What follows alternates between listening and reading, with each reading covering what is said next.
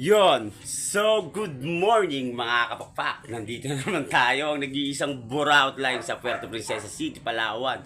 Yuri Chris Lop TV. Insert natin yung partner ko na si Palawan Lop at si Poging Justin. Ayan ha.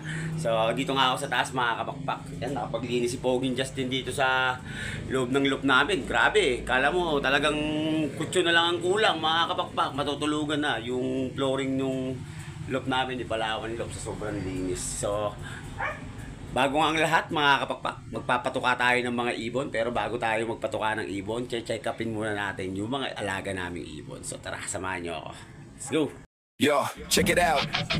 Para sa mga nagsisimula pa lang, Palawan Loft at Yuri Chris Loft TV, tuloy ang laban.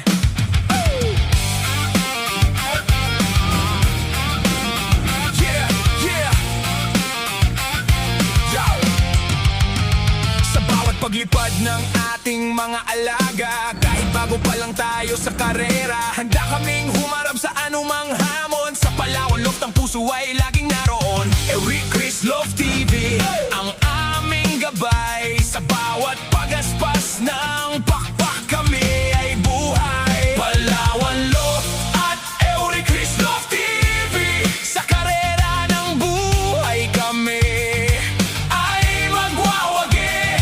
Baguhan man kami sa karera, tanggap namin ang resulta. Manalo, matalo, pogi pa din kami. Gagawin namin ang lahat para manalo. Ano man maging resulta, lalo pa namin gagalingan. Yuri Chris Loft TV, tuloy ang diskarte. Hey, hey, hey, hey, ha! Hindi man kami eksperto sa simula, ang mahalaga ay ang saya na dala.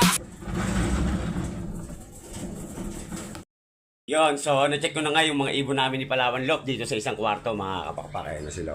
Okay na. Wala naman. Kain na lang ang kulang yan mga kapakpak. Pero bago ang lahat, dito muna naman tayo sa kabila. Bago tayo magpakain para isang bibigayin lang tayo. Hup, hup.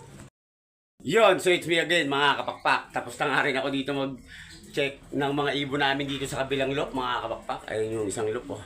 So, yung mga ibon namin ni Palawan Lop dito sa pangalawang loop.